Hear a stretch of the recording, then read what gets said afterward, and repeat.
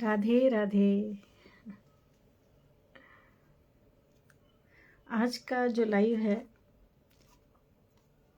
ये मेरी पुस्तक मेरो मन वृंदावन के लिए है। मुझे ऐसा लग रहा है कि इसके बारे में मुझे पहले बात करनी चाहिए ताकि जो भी हमारे पाठक हैं, समीक्षक हैं, उनको थोड़ा सा कुछ मतलब ये एक कुछ गाइडेंस मिल सकती है कि मैंने इसको कैसे लिखा है, मैंने इसमें क्या भाव प्रस्तुत करने का प्रयास किया है। वैसे जो हमारे समीक्षक हैं, समीक्षक तो अपने आप में ही बहुत सक्षम होता है, तो उनसे क्षमा चाहूँगी कि मैं तो कुछ भी ऐसा नहीं कहने के काबिल हूँ कि मैं इन पर कुछ प्रश्न करूँ। फिर भी मुझे ऐसा लगा कि शायद हमें करनी चाहिए बात, क्योंकि कई बार क्या होता है कि गलत कोई भी नहीं होता। कई बार ऐसा हिसाब हो जाता है जैसे 6 और 9 का होता है। हम इधर से देखते हैं तो हमें वो 6 दिखता है, उधर से देखते हैं तो 9 दिखता है। तो इसलिए ज़रूरी है कि हमें अपनी बात रखनी चाहिए कि शायद हम कुछ और भाव कह रहे हैं और आप कुछ और भाव समझें, तो उससे अच्छा कि हम इस पर बात करें और अच्छी बात होगी ऐसे। और अनुराग जी, आपका बहुत बहुत स्वागत है हमारे साथ जुड़ने के लिए। जी, आपका भी बहुत बहुत स्वागत है मिल्ला जी। ये है मेरी पुस्तक मेरो मन वृंदावन, और बहुत ही प्यार दे रहे हैं आप सभी इसको, बहुत ही पसंद कर रहे हैं। मेरे हृदय के बहुत ही ये करीब है, क्योंकि इसमें मैंने जो मेरे भीतर भाव आए, सच्चे भावों को मैंने इसमें शब्दों के रूप में प्रस्तुत करने का प्रयास किया है, इसको गीत के रूप में। मैं ये कहना चाहूँगी कि जब भी आप इसे पढ़ें तो शुरू से पढ़ें। मेरी जो पुस्तकें होती हैं उसको बिल्कुल, अगर आप बिल्कुल एक तरीके से पढ़ते हैं तो वो और अच्छा आपसे कनेक्ट करेगी और बहुत अच्छे से वो समझ आएगा कि मैं क्या कहना चाह रही हूँ। तो जो भी उसमें होता है विमर्श है, लेख की विचार पढ़ना बहुत आवश्यक है, क्योंकि मैं सब कुछ उसी से रिलेटेड लिखती हूँ। तो लेख की विचार में एक आपको भूमिका मिल जाती है, एक आपको समझ आ जाता है कि आगे मतलब क्या है, मेरा क्या कहने का आशय है। और विमर्श में भी मैं ऐसे काफ़ी कुछ, मैं पहले उसमें रहता है, मेरी पुस्तक में विमर्श भी लिखा होता है कि मतलब पुस्तक में ऐसा क्या है। तो अगर आप एक सीक्वेंस से चलते हैं, 1 बाय 1 सब कुछ पढ़ते हुए तब वहाँ पहुँचते हैं जहाँ पर जो हमारा मेन शुरू होती है, जहाँ हमारी पुस्तक, तो वो समझने में और कनेक्ट होने में बड़ा आसानी हो जाएगा, उसमें बहुत आसानी मिल जाती है। इसलिए मेरी जो भी पुस्तकें हैं वो अगर ऐसी पढ़ी जाएं तो वो ज़्यादा कनेक्ट करेंगी और ज़्यादा अच्छे से समझ आएगा कि मैं क्या कहना चाह रही हूँ, जो लेखिका है वो क्या प्रस्तुत करना चाह रही है उसमें। तो ये मेरी आप सभी से रिक्वेस्ट है कि जो भी मेरी पुस्तकें पढ़ें वो बिल्कुल शुरू से 1 पन्ना 2 पन्ना जैसे चल रहा है ना, उस पेज के हिसाब से पढ़ते जाएं, तब जाकर आप मेन पर पहुँचें। तब आप देखेंगे कि वो बहुत अच्छे से आप उससे कनेक्ट हो पा रहे हैं और उसको बहुत अच्छे से समझ भी पा रहे हैं कि मेरा क्या कहने का आशय है। अगर आप सीधे चले जाएंगे तो शायद उसमें मुश्किल होगी समझने में या उससे कनेक्ट होने में, लेकिन अगर आप सीक्वेंस से जाते हैं तो आपको वो मुश्किल नहीं होगी। इसलिए मेरी सभी पुस्तकों में मैं लेख की विचार जो है ज़रूर रखती हूँ, और आप कभी देखेंगे कि मेरी पुस्तकों में लेख की विचार में काफ़ी बड़ा मेरा होता है, काफ़ी कुछ उसमें मैंने लिख रखा होता है, तो वो पढ़ना बहुत ज़रूरी है। लेख की विचार में भी काफ़ी कुछ मिल जाएगा, लेकिन आप जब वो पढ़ के आगे बढ़ेंगे तो आप बहुत अच्छे से कनेक्ट हो सकेंगे उससे।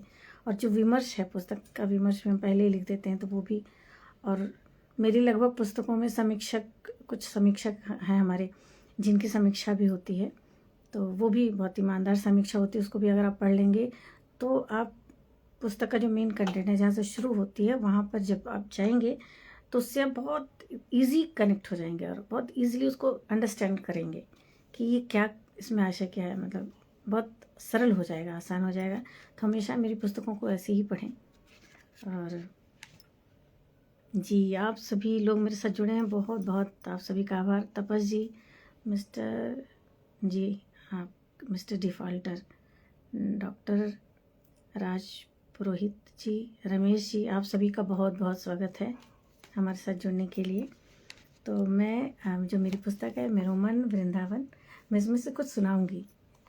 इसमें देखिए, इस पुस्तक में पहला पेज हमारा ऐसा है, और इसमें और ये बहुत ही सुंदर ये चित्र है जो कि मनोभाव को पूरा दर्शाता है, जो पुस्तक में कहा गया है, मेरो मन वृंदावन। बहुत ही प्यारी पुस्तक है। ये है विमर्श। मैं एक बार विमर्श पढ़ती हूँ। हृदय भीतर उठ रहे सच्चे भाव से सजी यह पुस्तक है। जो प्रेम मार्ग के पथिक हैं वे इससे अपने आप को अवश्य जोड़ पाएंगे, और जो अब तक नहीं आए इस मार्ग पर वे इसे पढ़कर अवश्य ही प्रेम मार्ग के पथिक हो जाएंगे। प्रेम एक ऐसा भाव है जिसके प्रभाव से बच पाना संभव नहीं। यही कारण है कि हम कितना भी अन्य कार्यों, वस्तुओं या जन के पीछे भाग लें, अंततः जीवन की एक ही मांग रह जाती है, वह है प्रेम, जिसके बिना हृदय की प्यास मिटती नहीं, वह जीवन की दौड़ रुकती नहीं। विशुद्ध प्रेम रस से भरी गागरी है यह पुस्तक, मेरो मन वृंदावन जी। और इसमें सबसे पहले ये है याचना। याचना में जो मैंने भाव रखे हैं, इसमें जो सखियों की बात हो रही है, वो श्यामा श्याम की जो अष्ट मुख्य गोपियाँ हैं, सखियाँ हैं, वो अर्जुन की सहचरियों, उनसे याचना की जा रही, क्योंकि अगर वो कृपा करती हैं ना तो हम पहला कदम रख पाते हैं, जब हम श्यामा श्याम के नज़दीक जा सकते हैं, तो उनकी कृपा बड़ी आवश्यक है। तो इसलिए मैंने इसमें लिखा है कि पहले उनसे ही याचना की जा रही है। तो ये सखियाँ कौन हैं? ये उनकी जो अष्ट सखियाँ हैं, जो अष्ट मुख्य अष्ट गोपियाँ हैं, उनको सखियाँ कहा गया है।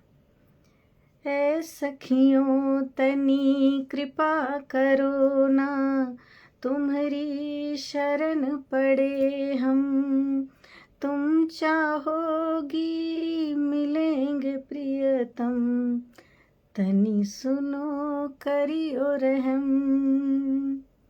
सबसो प्यारी श्री जी हमारी, पग पग चूमू धूल सखीरी, ऐसो कृपा करो मोह पे सलोनी, ऐसो करो कृपा मोह पे सलोनी, रहूं तुम्हारे चरण बन फूल सखीरी, बिन तुम्हारे चाहे हम जाने, दर्शन को कित आएगी प्यारी।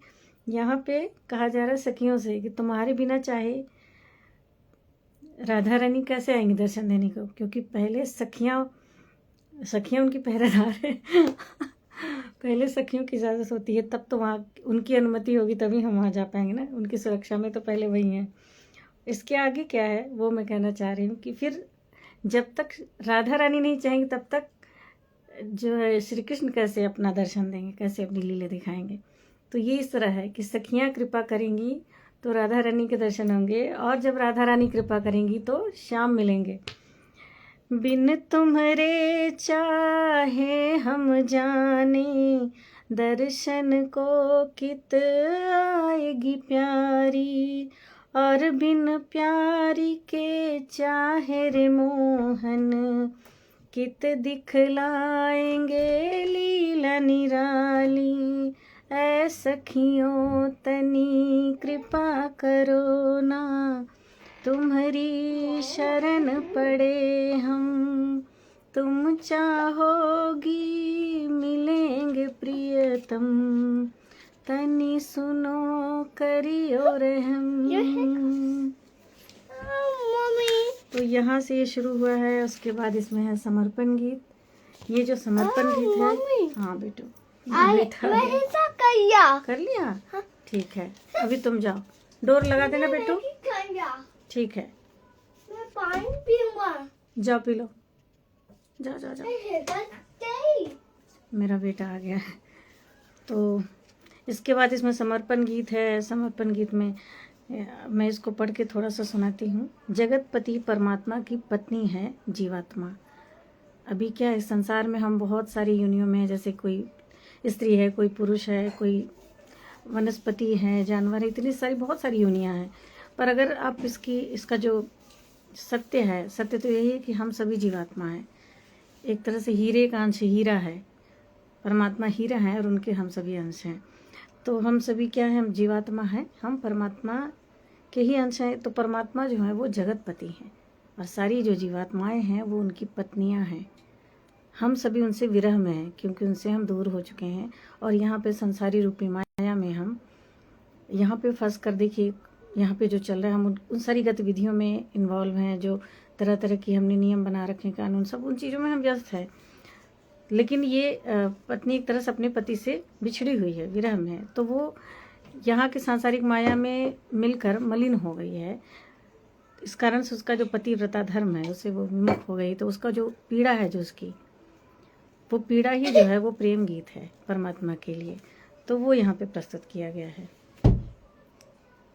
अभी यह स्वप्न देता कष्ट है भीतर, सुनो प्रीतम जगा लो स्वप्न से मुझको, मिटा दो बुलबुले ये मोह के जो छल रहे हैं, सुनो अब छोड़ कर हठ थाम लो बाहें मेरी, बड़ी अब प्रीत में कर ली परीक्षा प्राण धन, नगर से दूर रहकर ना मिला कुछ भी यहाँ पर, सुनो अब ना रहा जाएगा एक क्षण भी यहाँ, कटेंगे पीर से भर कर जो बीते पल यहाँ, कहो क्या छोड़ दोगे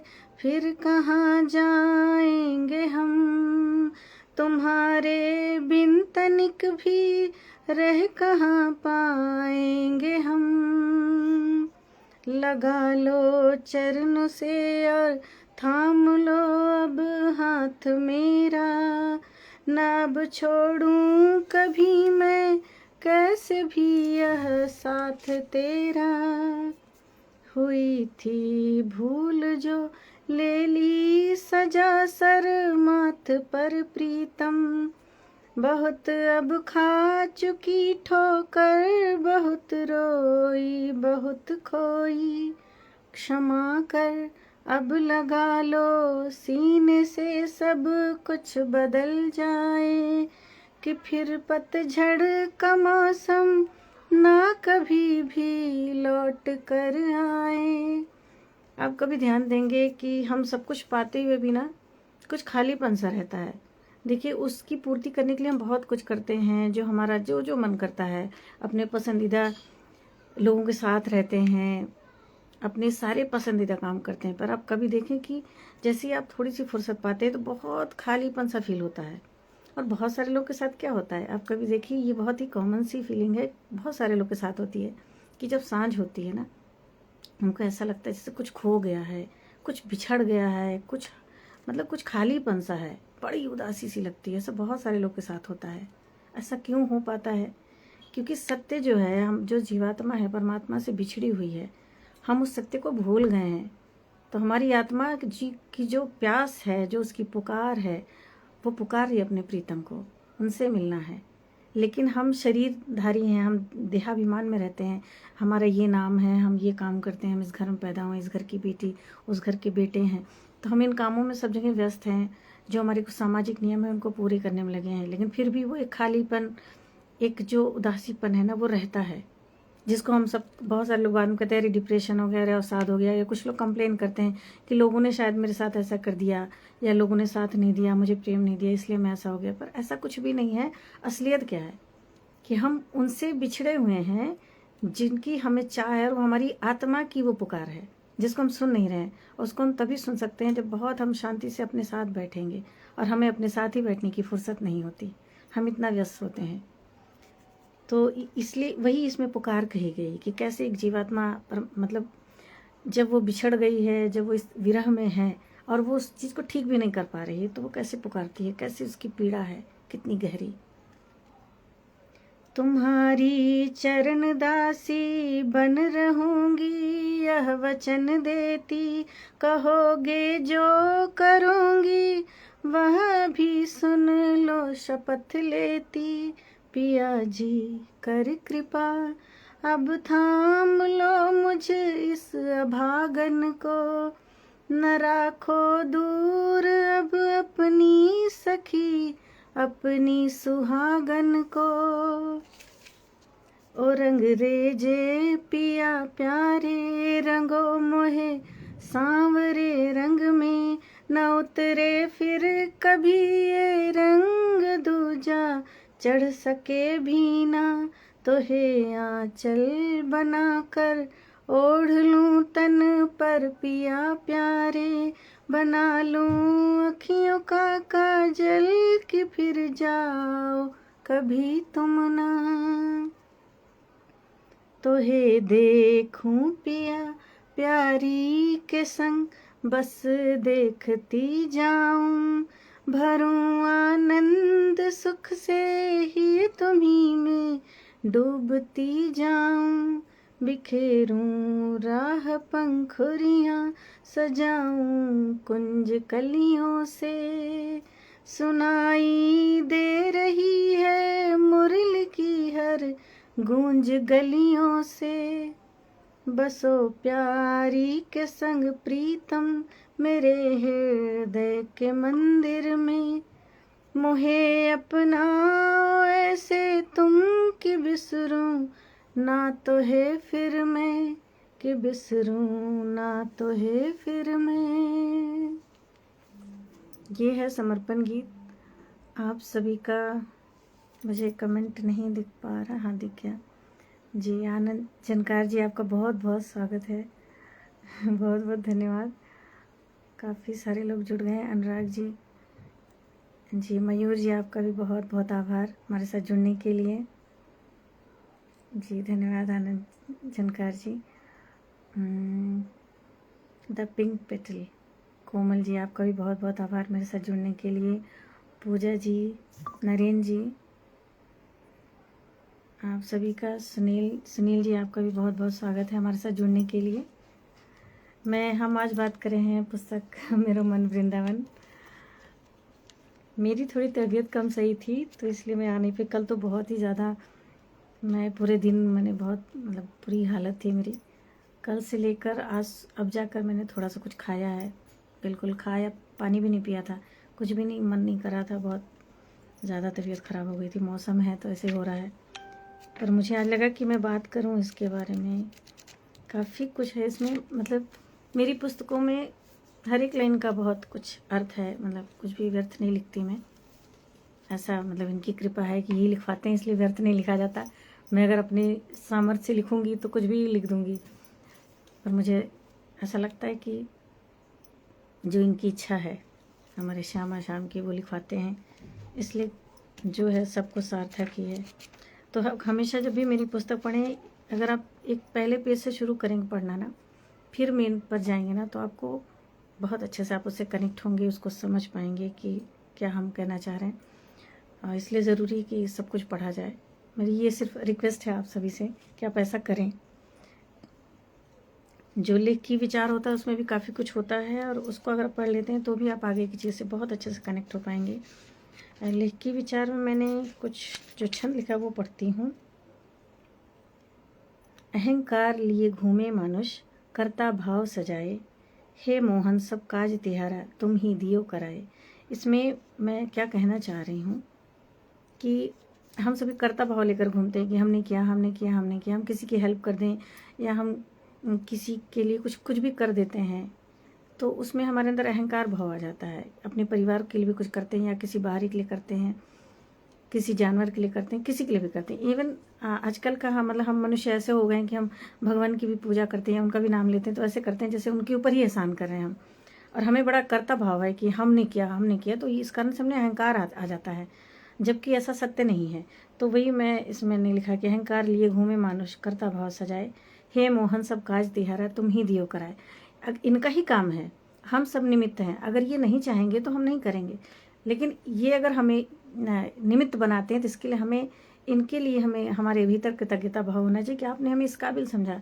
अगर हम किसी को दान भी दे पा रहे हैं तो भी इसके लिए हमें कृतज्ञता भाव रखना चाहिए परमात्मा के प्रति कि उन्होंने हमें इस काबिल बनाया है कि उनका ये काम हम कर रहे हैं, और किसी और को मेरे पास उन्होंने भेजा, मतलब कि जो आया है लेने उसके भी आप शुक्रगुजार हो कि अगर वो लेने नहीं आता तो आप दान देने के दे भी लेते तो क्या, आपके पास बहुत कुछ परमात्मा ने दिया पर आप दे भी नहीं सकते अगर कोई लेने ही वाला ना हो तो दोनों ही कंडीशन में आपको कहीं भी अहंकार नहीं रखना चाहिए। उन्हीं का है, उन्हीं को दे रहे हैं, हम सब जीवात्मा हैं, उन्हीं के अंश हैं, तो सब में परमात्मा ही है। तो आप ही कर रहे हैं तो भी उनका काम है, और जिसको दे रहे हैं वो भी उनका ही काम है कि वो उनको करवाना है। आप नहीं करोगे तो कोई और करेगा, वो किसी और को चुन लेंगे, निमित्त करेंगे। मैं की बस होड़ लगी है, मैं ज्ञानी मैं ही गुणवान, मेरे करने से ही हो सब, मैं सुंदर मैं ही धनवान। सबको मैं ही लगा हुआ है, हर कोई बोलता है मैं बस मैं ही हूँ। तो ये तो होड़ लगी हुई है आजकल। शिक्षित होने का दम भरते भेद बुद्धि से जीते हैं, धर्मशास्त्र पढ़कर भी जो संभाव से रीते हैं। ये भी हो रहा है आजकल, हम सभी ऐसे हो रहे हैं कि हम कहते हैं हम शिक्षित हैं लेकिन फिर भी हमारे अंदर भेद बुद्धि है, हम बहुत भेदभाव करते हैं। और कभी आप देखें कि जब हमें अगर पता चले कि ये धनवान है तो हमारे भीतर उसके लिए सम्मान आ जाता है, हम उसके लिए कुर्सी ला के रखने लगते हैं। अगर हमें पता चले कि अरे ये निर्धन है तो हम उसके लिए बोलेंगे ज़मीन में ही बैठ जाओ, ऐसे भाव होता है। या आप देखो जात पाति का कितना भेदभाव कर रखा है लोगों ने धन को लेकर। शिक्षा मतलब कि शिक्षा क्या, शिक्षित होने का अर्थ क्या होता है कि हमारे अंदर भेदभाव मिट जाना चाहिए। शिक्षित होने का अर्थ है कि हम सहज सरल हो जाएं, हमारे अंदर आध्यात्म के लक्षण हो, ना कि शिक्षित होने का ये अर्थ है कि हम जिसको डिग्रियां मानते हैं कि जिसके पास ज़्यादा डिग्री है वो बड़ा काबिल है। ऐसा नहीं होता है, डिग्री से कोई काबिलियत नहीं होती है। आपकी काबिलियत होती है कि आपने जब पढ़ा तो आप शिक्षा लेने के बाद आप कितने हम्बल हुए, आप कितने सरल और सहज हुए, आपके अंदर कितना भेद बुद्धि हटी, ये होता ही शिक्षित होना। तो बहुत सारे लोग ऐसे भी हैं जो धर्मशास्त्र पढ़ रहे हैं, या बहुत लोग बोलते हैं बहुत सारी भागवत कथा हमने सुन रखी है, लेकिन आप उनके अंदर तनिक भी चेंज नहीं देखेंगे, तनिक भी उनके अंदर आप बिल्कुल बदलाव नहीं देखेंगे, बिल्कुल वैसे ही अहंकार, उसी तरह के भेदभाव रखने वाले लोग। तो इसलिए मतलब ये इस तरह हम सब जी रहे हैं, तो हमें अपने आप को सही करना चाहिए, सुधारना चाहिए, और परमात्मा के दिखाए मार्ग पर चलना चाहिए। जो शास्त्रीय विधियाँ हमें दी गई समझाएंगे, अगर हम उससे चलेंगे तो हमारी बुद्धि खुलेगी, और तब हम सही चीज़ों को कर पाएंगे, सही चीज़ें अपना पाएंगे। तो देखिए मैंने शुरुआत से लेकर धीरे धीरे सब पढ़ा और पढ़कर सुनाया, और इसमें मैं अपनी पुस्तकों में इसीलिए समीक्षकों का भी मैं डाल के रखती हूँ। तो आप समीक्षकों को भी अगर एक बार पढ़ेंगे तो भी आपको समझ आएगा कि आगे पुस्तक में क्या भाव प्रस्तुत किया गया है। मेरी इस पुस्तक में भी 2 हमारी हैं समीक्षा दी हुई है, 2 जो हमारी सखियाँ हैं, डॉक्टर सुनीता त्रिपाठी और श्वेता त्रिपाठी जी ने।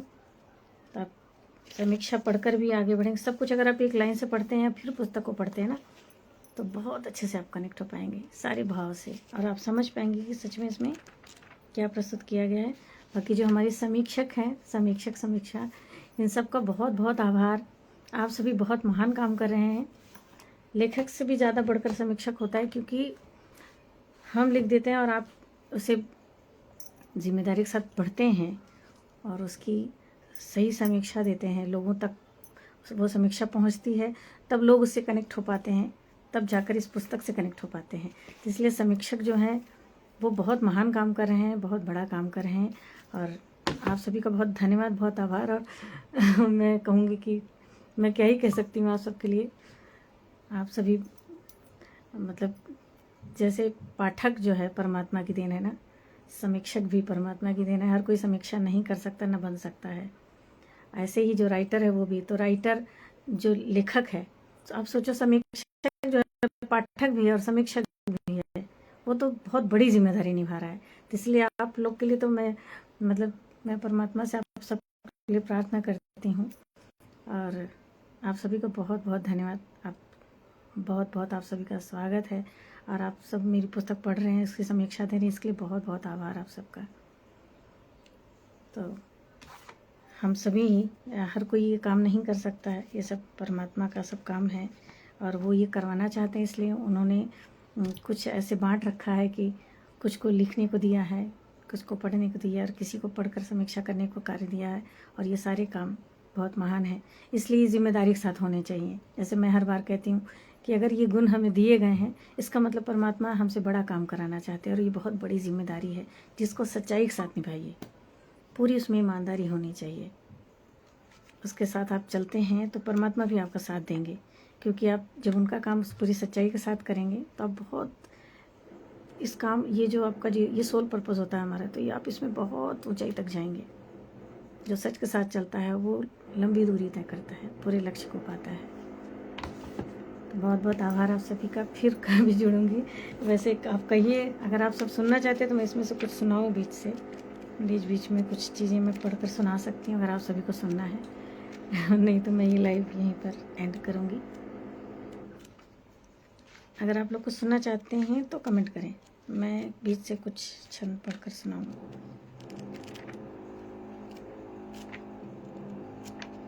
जी अभी किसी का कोई मैसेज नहीं आया।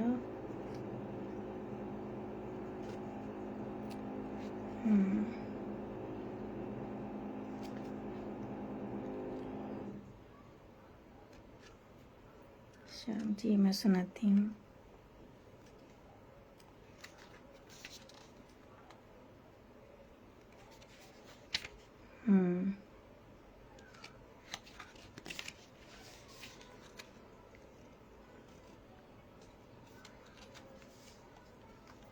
मेरा क्या ना बल ना बुद्धि, ना कोई पहचान है, जैसा तुम राखे हो रही हूँ, तेरा ही अभिमान है। ये इस पेज का है, ये मैंने पढ़ के सुनाया है। देखिए जब हम परमात्मा के भरोसे हो जाते हैं ना, तो हमारा सब कुछ वही चलाते हैं और फिर हम उन्हीं पर अभिमान करते हैं, और वही है भी अभिमान करने के लायक। अभिमान केवल परमात्मा कर सकते हैं और उन्हीं पर अभिमान करने लायक है भी। तो हम सब उन पर अभिमान करते हैं जिनको वो संभालते हैं।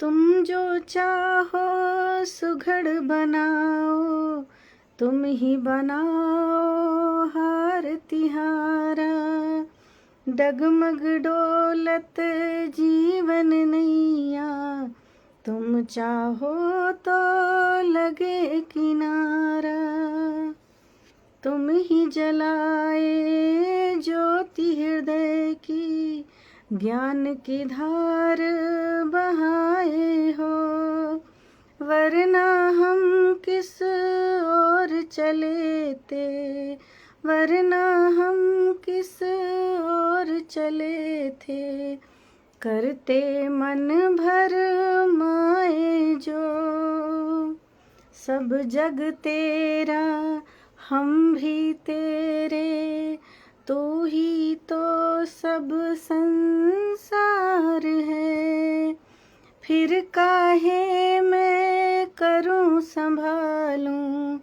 जब तुमसे ही सभी संभाल है, जब तुमसे ही सभी संभाल है। जी बंसीलाल जी आपका बहुत बहुत स्वागत है। हाँ नेहा जी आपका भी बहुत बहुत स्वागत है जी। चलिए बहुत अच्छा लगा आप सबसे जुड़ के आज इसके बारे में बात करके, और मेरा मन भी एकदम फ्रेश हो गया। कल मैं इतना बीमार हो गई थी कल तो बिल्कुल एकदम हालत ख़राब थी मेरी। रात को मतलब मेरे ना लगभग 24 घंटे पूरा मैं बीमार रही। जैसे 24 घंटा हुआ उसके बाद मैं ठीक हो गई। मैंने कहा वाह क्या बात है तभी मेरा एकदम इलाज सटीक हो गया। और आज देखो मतलब ये बात करके आप सबसे जुड़ के ना बहुत मुझे एकदम एनर्जी आ गई। जबकि मैंने कल से मतलब खाया पिया नहीं, अभी भी मैंने खाया तो थोड़ी सी दही खा पाई मैं। हाँ बिल्कुल अब तो बिल्कुल ठीक हो गई आप लोग से जुड़ के ना। हाँ जनकार जी आप सबसे बात करके एकदम मेरी पूरी एनर्जी आ गई, एकदम फुल बैटरी चार्ज हो गई है एकदम ठीक हो गई मैं। बहुत अच्छा लगा आज का लाइव करके।